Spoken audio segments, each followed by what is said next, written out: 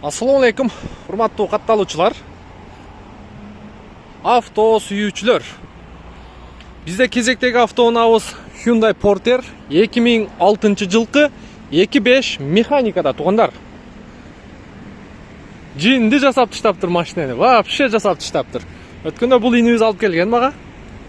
Где-то бир ай болуп калды болуш керек. Эми жасай баштаган эле, эми мынантип уже аягына чыгыптыр. Повороттерди караңыздар. Муну ким алса дагы только айдаш керек. Мазза кылып айдаш керек.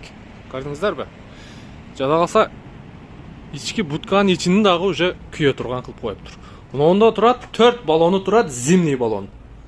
Жаңы экен. Азыр учурда 16-чы куюлма дискада турат. Титановый диска мындай айтканда. Муну караңыздар. Вообще жасап коюптур.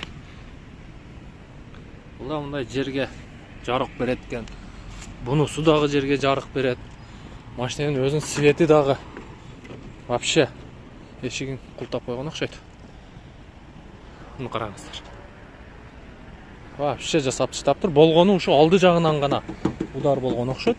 Көрүп турасыздар. Так, ички салону боюнча электрокөтөргүчтөр иштейт. Экөө тең иштейт. Буга да тонировканы берип коюптур. Мынакей, монтайдаңыздар туугандар машинаны. Чехолдору жаңы дейт. Чехолдорун көрдүңүздөр. Буфери бар экен, буферин сатпайт болуш керек. Ева коврик коюптур. Светильниктерди коюптур, подсветкаларды. Кыскасын айтканда только айдай турган кылып жасадым дейт. 2006 2.5 механика. Басы боюнча туугандар 360 000 плюс торг болот. Мынакей. Мына жагында жабайын эле.